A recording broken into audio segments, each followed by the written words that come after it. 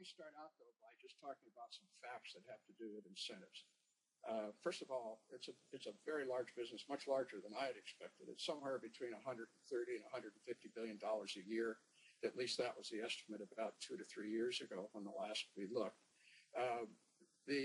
There's a lot of attitudes about it out there. There's very clear that some incentive programs work, others don't, and there's not a lot of intelligence about why. There's some speculation. Some people think it's the type of incentive or the design of the system, the way that it gets implemented. It may be all of those things that actually influence it. What we are certain about is that many organizations just don't understand how to make incentives effective. And, of course, you start out with a question about whether they are, in fact, effective or not.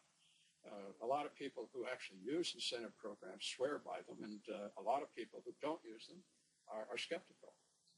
There's a question about what's the data, what's the evidence, and there is, by the way, a significant body of evidence in the K-12, in the educational area, formal education, that at least there's a lot of opinion there that incentives actually not only don't help, but they can hurt performance.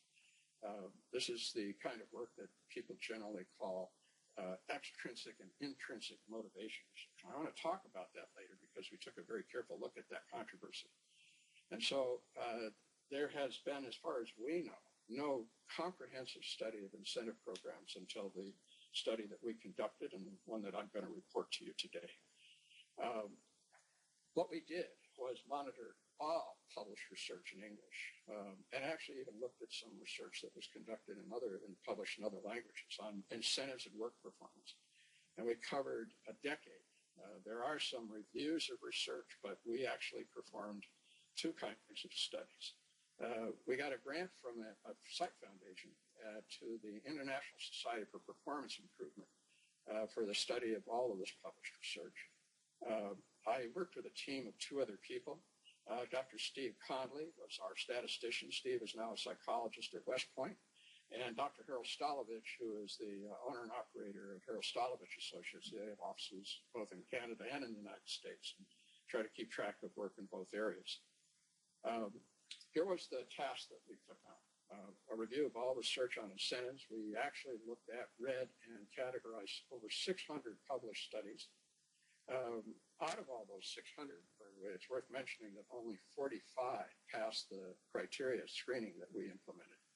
The real problem with most studies out there, we found, is that they do not start with a baseline of what performance levels exist before an incentive program is introduced. And we were not about to trust a study that didn't have a baseline. So we found only 45 studies that had baselines.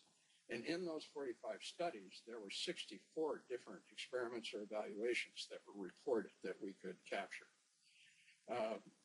We conducted a meta-analysis. This is a strategy for taking all published studies and dumping them into the computer and asking the computer to tell us what the average impact was of incentive programs in a variety of settings and so on. We looked at both laboratory and field-based studies. We, by the way, separated data between those 2. Just to give you a quick bottom line there, we didn't find any difference between the 2, which is quite different than what people expect. We looked at different types of researchers, people that were in business, people in universities, people that work for research centers, think tanks, and so on. And we looked at research that was done in business. We separated that from research that was done in education, and we looked also at research that was done in government organizations. So we looked in very many different settings.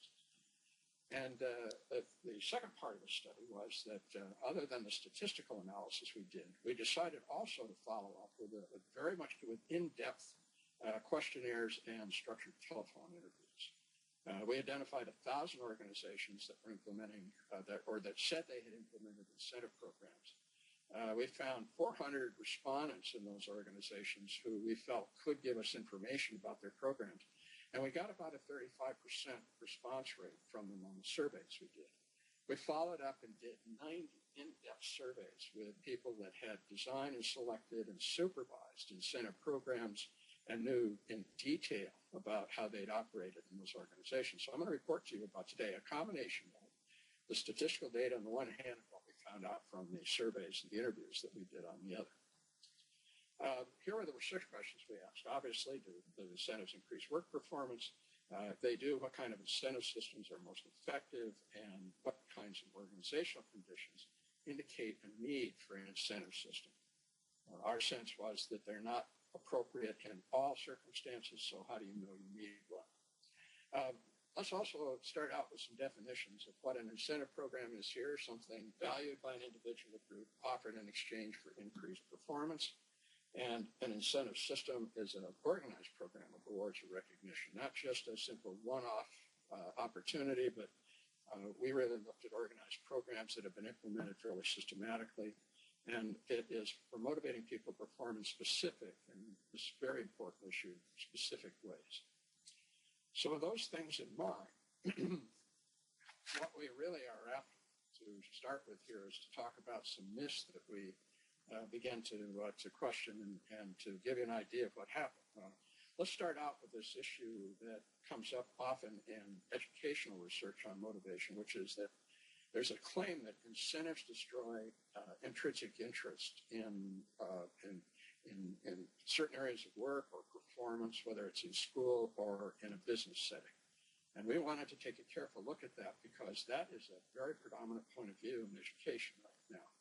And what we found when we actually looked at the research that's out there was that not only don't incentives destroy interest in work or value for it, but it actually increases the value of people assigned to work roles that are incentivized.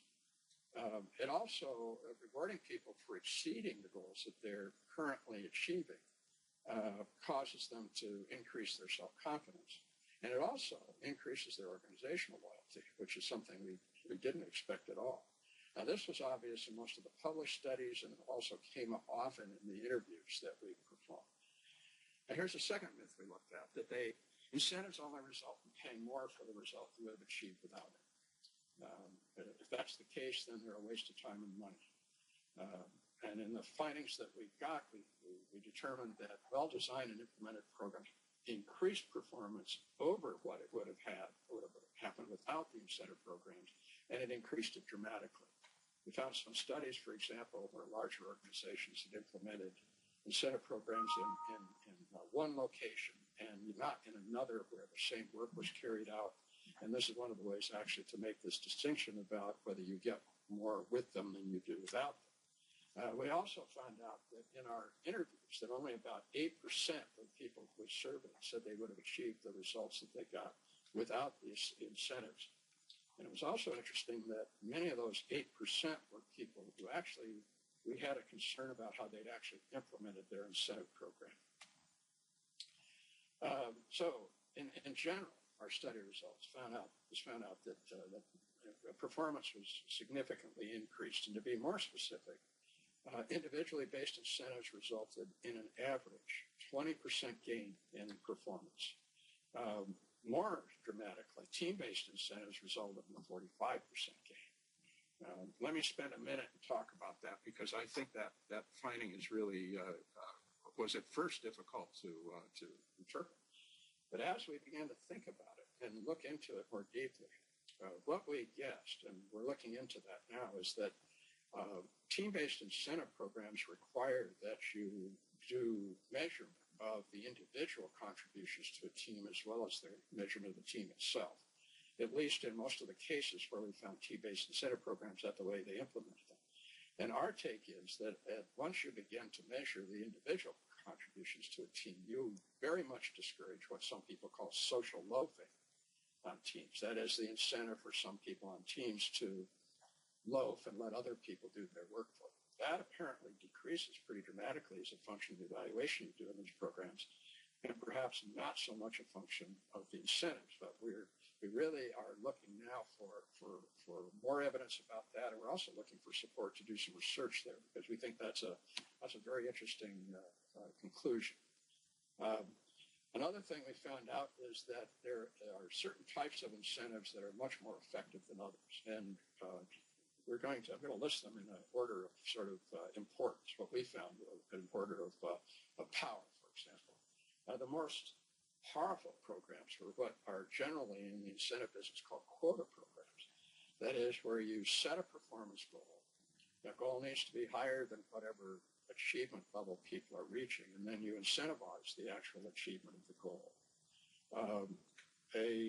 The next most powerful is one that's a very old type of incentive program called piece rate, where when people's performance can be measured in some kind of unit, they're actually given a sort of per unit incentive for increasing what they do over time. The third most powerful program, which surprised us that it was third rather than first or second, was competition. There are a number of incentive programs where people compete, and those that win the competition win the incentive, and those that lose it. It was the third most, not the first or second. And interesting, but not surprising, the least effective incentive program was a fixed rate incentive, which basically we call salary. Not at all very effective, actually. And when it was compared, and a lot of programs actually took a look at the difference between giving incentives as opposed to giving people salary increases, not as a result of their performance, but in order to encourage performance. So there's the order that we located, and here's another finding that actually surprises a great deal. There's an attitude out there that incentives are very short-lived, that if you're going to use them, you'll find that they work in the short run, but they don't work over the long run. So we separated out studies that were fairly short-term, and those were very long-term. Short-term, I think, for us was about a week, whereas longer terms were up to between 3 and 6 months, and then a very long-term program was beyond that. What we found out was that in short-term programs, we got, in 1 week or less, we got about a 20% performance gain on the average, and this is from a meta-analysis, of course. In intermediate-term programs, we got up to a 30%, we got an average 30% performance gain. Now, in each one of these averages, there's a variation. That's the mean on the performance gains in the studies that we looked at. It increases above that, and we found some that were obviously below that, but the average then was 30%. And in the longer term, that is beyond 6 months, the gain went even higher. Now, obviously, the number of programs out there that are published that are beyond 6 months are very small. I think we only had 4, there might have been 5 studies that looked at very long-term programs. So as the longer-term programs are, the results are reported, the number of studies that represent this evidence decreased. But we felt they were large enough. They certainly met the statistical requirements of reporting them, that the difference between 1 week and 6 months is a little more than double the average performance gain. So this is not a short-term effect. If anything, it's incentives programs, when they're well-designed, well implemented, seem to actually build over time. Another thing that we found out was that there was a sense, since you have to quantify performance in order to have some idea about whether these things work, is that there may be issues where the quantity of performance increases, but the quality decreases. And it's a reasonable challenge to these types of programs. And what we determined was that in fact, was not the case. That we had, in the surveys particularly, we found out that there were both quantity and quality impact was more or less equal. We also found out that the goals that the organization set were largely achieved. 57% of our survey respondents said they all met all of their objectives or surpassed them. 37% said they partially met, 7% said they failed. Again, as we started looking at the details of the programs that either partially met or failed to meet their objectives, we had questions about how they designed and implemented their program. I'm going to have something to say about that a little bit later, because we really think this is a very key element in incentive programs, is the actual way that they're designed or developed. Here's another issue. What's the most important incentive? And it's very clear to us that money was significantly more effective than all of the other incentives. If you think about the goal of incentive programs, or the reason why they might succeed, our take is that it actually increases people's values for the tasks that they're designed to do. People are asked to do an extraordinary range of things in organizations. They have many different goals. They generally have so many that they end up having to prioritize those goals and so on. Now, it's very critical in incentive programs that you not allow people to ignore goals that are not incentivized. Let me say that a better way, that you have to insist that they achieve all other performance goals that they're required to achieve, and not switch all of their effort to an incentivized goal. That's a very key condition in incentives. But even when you do that, and even when you have a baseline of their goal achievement going into an incentive program, when they're well designed, money is highly effective. It is the most effective incentive that can be provided. 27% increase in overall performance comes largely from the studies that had to do with money. The gift and travel incentives, which is a very large business now, does have a very significant increase, but it's less than half of the increase of money. On the other hand, we didn't find any studies that dealt with the perceived value of gift or money types of incentives, and we think that's another area that people ought to be taking a look at in their research. Hey, Dick, this is Ty Mitchell, VP or Market Development here for Snowfly. I have a quick question. Sorry to interrupt. The monetary, was that only cash or paycheck, or did it also take into consideration things like monetary value, gift cards, debit cards? Do you know anything about that, or was it? Oh yeah, absolutely. Anything that people were free to spend more or less as they wished. Okay. Even if it was a gift card from a very large place, as long as they could go in and spend it the way they wanted to, that counted as a monetary incentive. Whereas gift incentives were things like a trip to Hawaii or a trip wherever. These are often there's a large business in buying products, overproduction of products, and then offering them for gift and travel incentives. And those things are not chosen by people. They don't leave them much of a choice. They still do have an impact on performance, but the impact is not nearly as large as either money or gift cards or the usual types of things that stand for cash. We found that, to our surprise, that most organizations actually didn't involve their employees in the choice of the incentive program that were going to be offered. We think that it's possible that if employees are involved and if the organization is inclined to give gift or travel incentives rather than monetary incentives, and people choose, our take is that it might actually eliminate the difference between these two levels of success in the incentive programs. But since very few of those actually do that, and in a sense we couldn't actually find any published studies where they had done it. We found a lot of people who reported that they had done it, but couldn't find a connection between those things. So that's another issue that we think people ought to be looking at here, is actually involving employees in the choice of the incentive that's going to be given in an incentive program.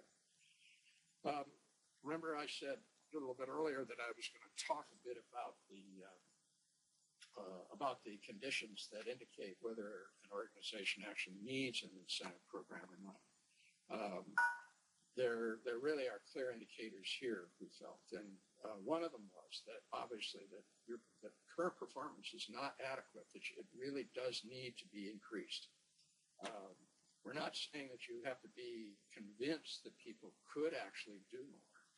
That has to be possible for them to do more. But you have to be dissatisfied, I think, with the level of performance in some area. Second thing is that you really need to be certain that the cause of inadequate performance is motivation. Let me step back a second and talk about this. I think this is a really big issue. In many cases, there's a variety of reasons why people may not be performing up to snuff. They may not be meeting goals, or where the level of performance is beneath what managers think they ought to be achieving. One of those reasons is that people don't know how to do what it is they've been asked to do. You may think they know, they may think they know, and they may not be performing very well because of a lack of knowledge, because of the skill levels that aren't adequate, and so on. The solution to that is not an incentive program. The solution to that is a training program or some kind of on-the-job intervention. But certainly, motivation is perhaps not the first issue if you're determined that a knowledge problem has caused a performance issue. There are other types of things. Most of them are that cause performance issues that are not motivationally based. For example, there are all kinds of organizational policies and procedures and so on, even cultural conflicts in an organization that can cause performance issues. While many of those types of issues and even knowledge problems ultimately turn into motivational problems, I think you have to separate out the separate causes and try to address these things separately. When I said most of these other problems turn into motivational problems, if someone doesn't know how to do something, they're not doing well at it, and they realize it, eventually they are not very motivated even to work at it. They generally find excuses to get out of it. In that case, what you've got is a double whammy.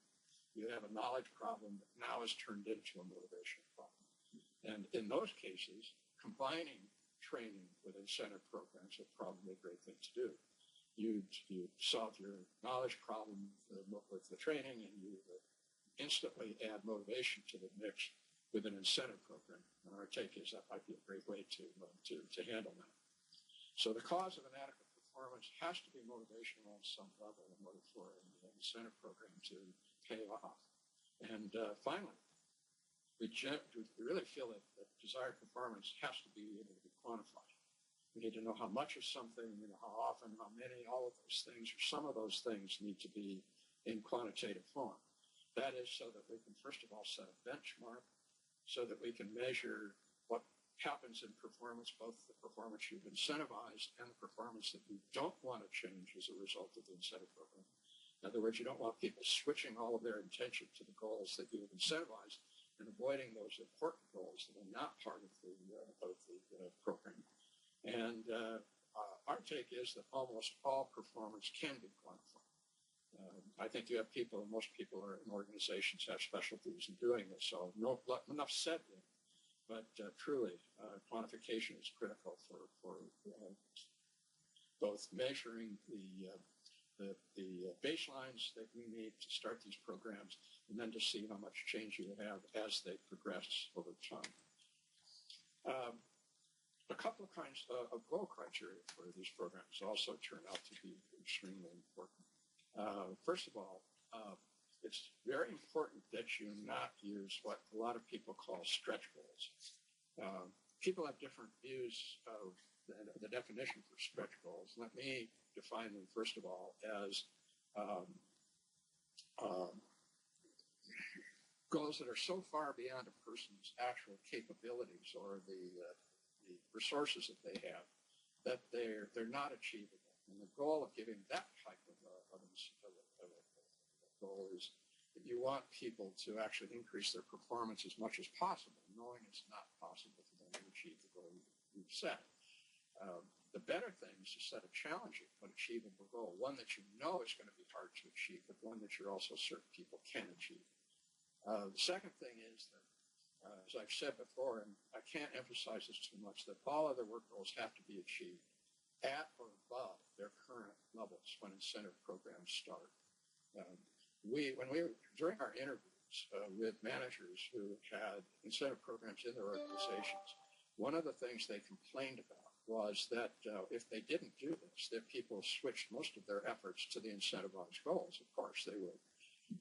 And that accounted for some of the failure to achieve goals and the lack of goals, because in those organizations they had to step in and try to readjust after they'd started an incentive program, and it caused difficulty in the implementation of the programs. So with these two goal criteria, challenging but achievable, and all other goals have to stay at their current levels and be achieved at their current levels, you can begin then to implement, I think, an incentive program. Let me now step back and talk about some of the conclusions that we reached in the study, just to summarize some of them and maybe to discuss them in a little bit more depth. Incentives definitely work, and they appear to work by dramatically increasing the value that people have for what they do. You know, motivation, most people that do research on motivation will define it as three different things. Motivation is people's inclination to start doing something actively. That is, that it changes intention and implements it or modifies it so that people are acting, not intending to act. The second thing motivation is that it causes people to persist at something rather than become distracted when they have multiple goals and start something, but then they don't finish it. The third thing is because it's possible to both start and to persist at something and not succeed very well, is that people also have to invest maximum mental effort. So much of work now is cognitive work. It's not necessarily physical work. So our motivation studies are primarily not dealing with physical labor. Most jobs are cognitive. That is, so it's mental labor we want people to implement. So we talk about motivation and the impact of incentives. We're wanting them to get people to do things that they'd only intended to do before and hadn't started. We find that they also increase people's persistence at those tasks. They're not so readily distracted by lower priority or by non-work priorities that take up people's time at work. And they definitely seem to increase people's mental effort. Now, there's a lot of measures of mental effort out there, some of them questionnaire-based and some of them actually performance-based. But it is truly the case that if people have challenging goals, they're generally having to invest a lot of mental effort in order to achieve those goals. It's not just time or priority focused, it's mental effort focused. And all three of these things seem to be influenced by financial incentives. It's also the case that they strongly influence both the quality and the quantity of performance. It's pretty obvious. By the way, it's always better to monitor those two processes in the incentive program, make sure that not only do the number of things that they do increase, but the quality of whatever they're doing either stays the same or also increases. It's possible to do more of something and decrease the quality of the effort that you invest, and nobody wants that as an achievement, I think. It increases employees' value for work goals. Value here indicated by the three outcomes I was talking about, starting, persisting, and investing more mental effort. But it also tends to increase their enthusiasm. So if you ask them to rank their enthusiasm for different types of goals, they will tell you definitely that they have a very high enthusiasm for incentivized goals. They become more interested in, more sort of intrinsically interested in those goals. They think about them more often. It's also important that there's a very strong emotional commitment. Motivation tends to be fueled by three different processes. Values and emotions are a very important factor here also, where positive, optimistic ideas about work goals are a very important part to persisting across time as people as people perform at work. And finally, it also results in increased loyalty to the organization. I said it before, this was a surprise to us. Our take was that loyalty would be to the incentive program, but in fact, there's some indications in our interviews that people in incentive programs tend to, at times outside of the program, indicate much more loyalty to the program, and mostly as a result of the incentive programs and their experience in them. Let me just step back just for a second, because I said there were three things that fuel motivation, and I mentioned values, I mentioned positive emotions. The third thing that fuels values is self-confidence, or what some psychologists call self-efficacy. That is the belief that you can do it, that you're able to succeed, and that not only that, but that the organization will give you the incentives that you need to succeed at a task. And so it's not only that you get value and emotional increases in these programs, but we also found that people's self-efficacy for the task that was incentivized also increases, so that they feel more confident about their ability to do that task.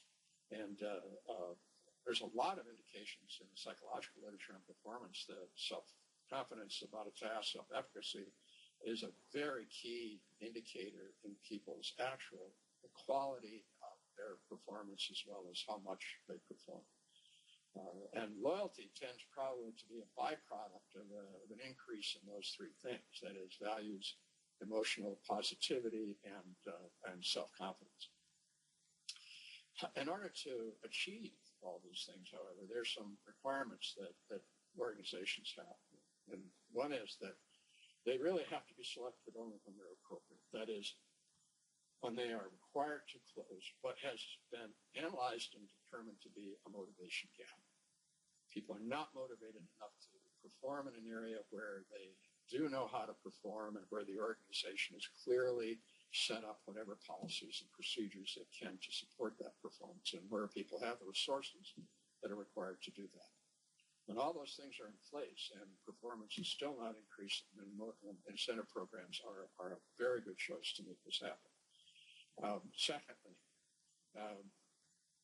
it's actually pretty amazing that when we looked at the research, we found that if organizations presented relatively easy goals for people to achieve, that they weren't nearly as motivated by incentive programs as when the goals themselves were challenging.